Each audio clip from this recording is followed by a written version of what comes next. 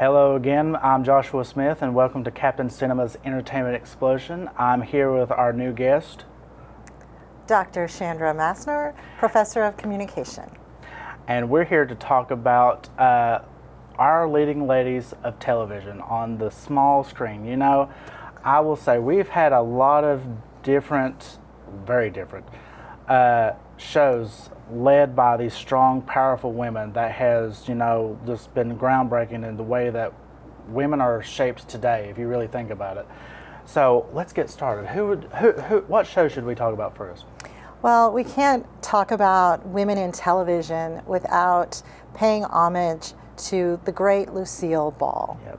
So I Love Lucy was groundbreaking in so many ways. Yep. And a lot of people don't realize that not only was it just a funny show that gave us some of America's greatest television moments. Yep. I think a lot of people remember, especially the scene at the chocolate factory where they're eating the chocolate.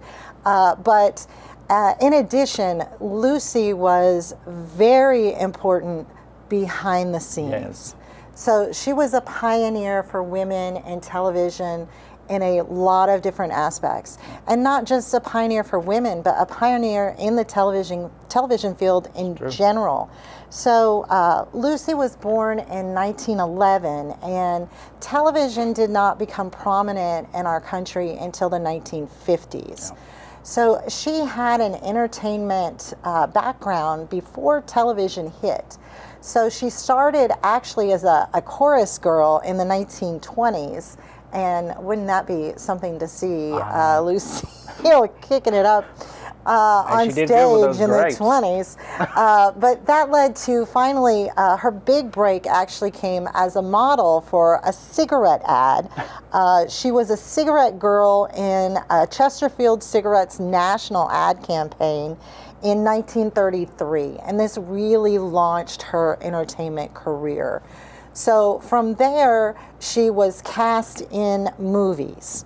And at this time, movies were done by studios. Right. So she was contracted with the studios to do a number of films. She was in more than 70 films. I did not know that. And this was all during the 1930s and 40s when film was really at its golden age. Mm-hmm. From there, she went into radio. And radio is the medium that we had actually the first shows, if you want to call them that incorporated different genres like comedy and westerns and variety. So she got an acting job as the voice on a very famous popular radio show called My Favorite Husband. And she did that from 1947 to 1951. Then we have the advent of television. And what happened during this time is a lot of popular radio shows were transitioned by the networks onto television. And because her show was so popular, CBS really wanted to transition that one into television. And Lucille Ball said, wait a minute. If we're going to do this, we're going to do it my way. And if I am going to transition my show to television, I want to have my husband in real life play my husband on the small screen. And CBS said, we don't think that'll work. And you want to know why? He was Cuban American. Which was very unheard of at the time. Exactly. So interracial couples were very controversial in the 1950s, and they thought, CBS, the executives, thought that that's not going to play well with the American public, and this is a brand new medium that we are establishing. And she held fast, and she said, you're not going to get me to star in your show unless I can star with my Cuban American husband. And Lucille got her way. Of course. So that's how we get Desi Arnaz and Lucille Ball bringing us all of those wonderful antics on I Love I Lucy. Love Lucy. She didn't stop there, though. It wasn't just about her husband being cast. So she also insisted that they don't broadcast the shows from New York, which was the mecca of entertainment at that time. She was like, no, we should do this in a Hollywood studio. Yep. Okay. We should do this in front of a live audience. Which makes total sense because a live audience really, I don't know if you've ever like sit in a living room and watch one of those types of shows where it's a live audience. When they laugh, you laugh. So she was so smart to do that. Very smart. She insisted on 3 cameras being used Yeah. while they were recording in front of the live audience.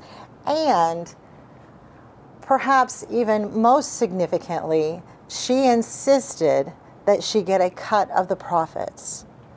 So she was the first person, the entertainment, the actor, the talent, if you will, to say, I want a cut. And so she got a portion of the proceeds from syndication. And she was the first to do this. So she was very significant for a lot of different reasons. Because of this, she won a number of awards. She had 4 Emmys. She was the first female inductee into the Television Academy's Hall of Fame. She was also inducted into the National Women's Hall of Fame. And she received a Lifetime Achievement Citation from the Kennedy Center for Performing Arts. And posthumously was honored with the Presidential Medal of Freedom. Wow. Lucy was important. Lucy was very important. She brought us a lot of laughs, but she did a lot more than that. Honestly, if you was to, like, when it comes to, like, women having a huge impact on television, Lucy really did start it off for all of our future actresses that we have today. If it wasn't for Lucy standing her ground, we would not have what we have today. And I believe we would not. And television probably wouldn't continue to be mainly centered in Hollywood like it is. Yeah. She kind of made that kind of switch from New York to Hollywood. So very, very significant. There's a reason why we love Lucy. There is, indeed. Yep, there's a reason.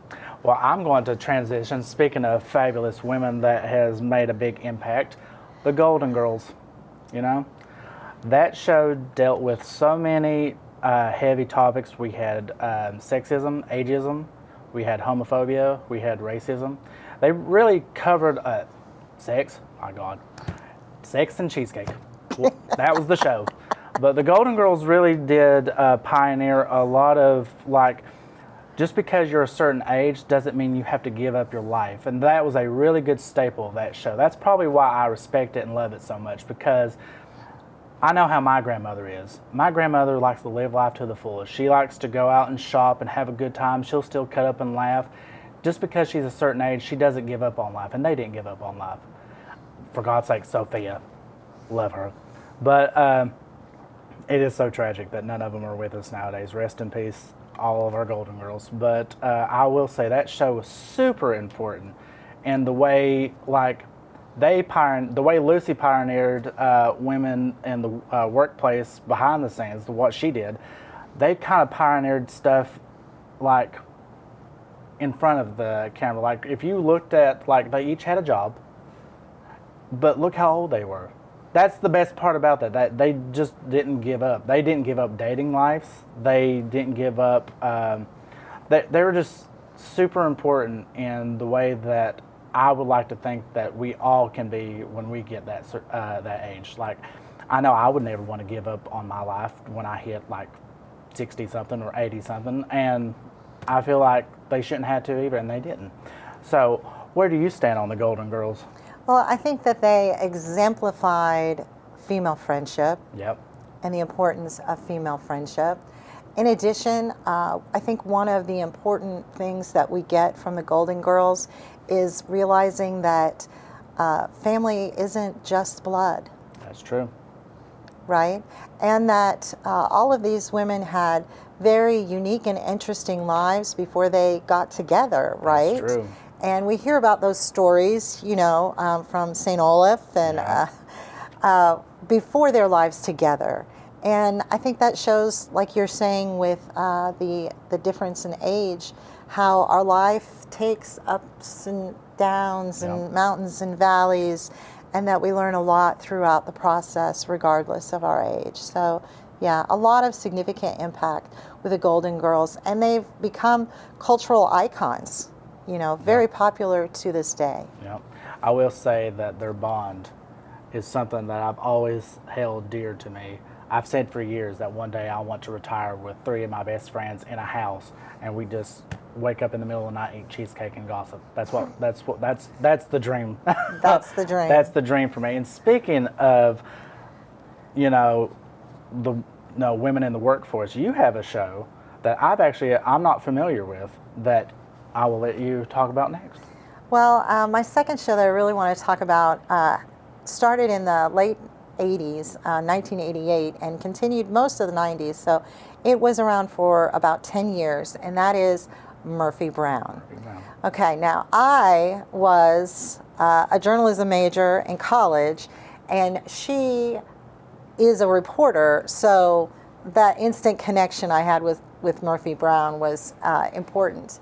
But Murphy Brown was played by Candice Bergen, the actress, and Candice Bergen came from a Hollywood family. So her father was Edgar Bergen, and he's famous to be probably the most famous ventriloquist. He kind of started it all with Charlie McCarthy, way before the Jeff Dunham days. We had Charlie McCarthy, and so she grew up in entertainment. And she came into the character of Murphy Brown in her 40s. And Murphy Brown, I think, is 40 and a recovering alcoholic when we first meet her at the beginning of the show. And she came in, and what made Murphy Brown really significant was the fact that she was a strong feminist character. And so she was not just female, she was feminist. And through the fact that she worked in a newsroom, audiences kind of got a mix and a blend of real news that was happening during the day, along with Murphy Brown's take on that. And so it was very important at the time. Now, what really made the show kind of become very significant historically was in 1992, they decided that Murphy Brown was going to be a single mom. And at this time, and I know this is really kind of hard for young audiences and my college students to kind of get, but at that time, we didn't have single moms on television. It's very frowned upon.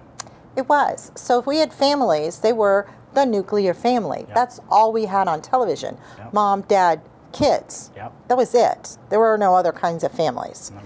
So they said, okay, she's going to be a single mom. She's going to intentionally become a mother and have no partner as a woman in her 40s. Yeah. Very controversial, right? Well, guess who spoke up about it? The Vice President of the United States, Dan Quayle, gave a speech in which he said that Murphy Brown was ruining American families. Jesus. So we have the Vice President of the United States weighing in on a television character and blaming that television character for rotting away traditional American family values. Wow. As you can imagine, this didn't play well with Candice Bergen or the character of Murphy Brown. So on this show, in recognition of this, she said, unfortunately, it seems that for him, the only acceptable definition of a family is a mother, a father, and children. And in a country where millions of children grow up in non-traditional families, that definition seems painfully unfair. It does. So Murphy Brown kind of got the last word on that. And her impact then, we have other shows that come later with strong female single mother characters, Yeah. and we really have Murphy Brown to thank for that, for mothers like Lorelai and the Gilmore Girls. Yeah. And I had to mention her somehow. Of course. But we have her to thank for this expanded definition of what a family is. I think the biggest thing to come out of this show is the fact that, a single parent doesn't mean they're defeated, okay? A single parent can be both parents, and there can still be love in that house. You don't have to have two parents, and that's something that people just don't seem to get. Thank God that that's different now, but I can't even imagine what that was like whenever that was first said. And by the vice president, my God, Yeah. Could you imagine? To be a fly on the wall. The silence probably just washed over that whole room like, this guy's an idiot. But speaking of powerful women, I'm going to bring up the last show that I have, which is a show that is about women coming together to fight something that women go through today still, sadly. Domestic violence. The show is called Big Little Lies. Big Little Lies starred Reese Witherspoon, Nicole Kidman, Zoe Kravitz, and Shailene Woodley, and Laura Dern. And then in the second season, Meryl Streep. Amazing show. Like I said, the show was about domestic violence and what happens behind closed doors. And that a picture perfect family isn't always that perfect. Sometimes behind closed doors, what you see on the surface is never what it seems like behind the scenes. To even her own friends, she didn't know it, or they didn't know what Nicole Kidman's character was going through, and that was super tragic. Honestly, I can't even, I've recommended this show to so many people, and it's because it is important. Like, women who are going through that kind of trauma needs to see this show because they need to know that they can get out of it, and that the power of sisterhood is one of the ways that you can get out of it. Sometimes confiding in a friend is the best way to help push that along, because there's always that thought that they can change. Am I right? I mean, they always think that the abuser will change eventually, so that's why they stick around. And if you have kids with them, that's even worse. And they did. Nicole Kidman's character had 2 twin boys, and she was like, I'm staying because of the kids, basically. And she had a huge career. She was a lawyer at one point before she got pregnant, and she didn't necessarily quit, but she kind of put it on pause to raise this family because that's what he wanted. So automatically he already started. So I know you're not super familiar, but you might be able to give commentary on the subject matter. I'm just curious, what do you think? Because that's basically the show. As a survivor, those stories are important to tell. Yeah. It's important that people hear those stories and people realize that there is help, and that the cycle can stop, and they have to see and hear those stories so that they can gain the strength for themselves. So here's another example of the powerful influence that television can have in our lives, and can actually do good in real lives through the stories that are shown on the small screen. I think if there was one message to come out of this show, and if there was one message I would like to say about this show, is that you can get out, you will survive, you'll be stronger than ever, and don't give up. Absolutely. You cannot give power to that kind of situation, because if you fuel it and if you stay, then eventually that trauma is going to reflect your kids, and then it's going to be a repeating cycle. People don't seem to realize that sometimes if kids see that, they think it's the norm, which means they'll grow up and they'll probably end up doing the same thing. That is a scary thought, but we have to break the cycle. We do, and you just can't give up. That's why I love this show so much, is because it really did shine a light on what the power of sisterhood could do for each other, and how important it is to get out. You just have to get out any way that you can. There's just no way around it. And the way that I'm not going to ruin the ending because I want people to see the show still today, but the ending of the first season did have a huge impact, and that falls straight into season 2, which involves Meryl Streep, who is the mother of the abuser. And it turns out, speaking of cycles, she abused him. So it wasn't a father, it was a mother. So it was kind of weird to see that, but if you understood the situation, that the reason why she was the way she was is because her husband was, so she lashed out on her kids. So it was a very complicated character arc for Meryl Streep's character in season 2, but it was even more challenging to watch season 1, seeing Alexander Skarsgård was who played the abuser. And just to see the kind of stuff he was capable of, what he could do to Nicole Kidman, and even Shailene Woodley's character. There's a huge plot point for her character as well. He was just an awful human being, and like neither one of those women could be free until they had to come together. Like they didn't know about each other's situation. It wasn't until the ending when things started to unravel, then they could, you know, be like, okay, enough's enough. He can't do this no more. He's hurting more than just us. He's hurting the lives of our kids. There's people around us that it's affecting, and I can't pretend no more. And that's what you have to say in these situations. I just can't pretend no more. Because how long is it going to be before you end up looking yourself in the mirror and hating yourself? That happens all the time. It's really sad. Love should not hurt. Love should not hurt. And a lot of people think that, well, he loves me, or she loves me, because the abuse can go the other way. But love should not hurt. Exactly. Should not physically hurt. Mm-mm. And so if it is, that's not love. Mm-mm. No, it's not. It really isn't. Is there any honorable mentions that you would like to, or? Oh, sure. I have one. I just have the one, but I'm going to let you go first. I have honorable mentions. So it was really hard for me not to talk about Laverne and Shirley. Oh, God. I love that show. Again, female friendship. We just recently lost Cindy Williams this year, so still heavy on my mind. Yeah. Shamil Shamazel. Charlie's Angels, I thought of. Very significant TV show in the 70s that transitioned into a film later. Great films. Yeah. I did think of Gilmore Girls because that's a mother-daughter, and that one's very dear to my heart.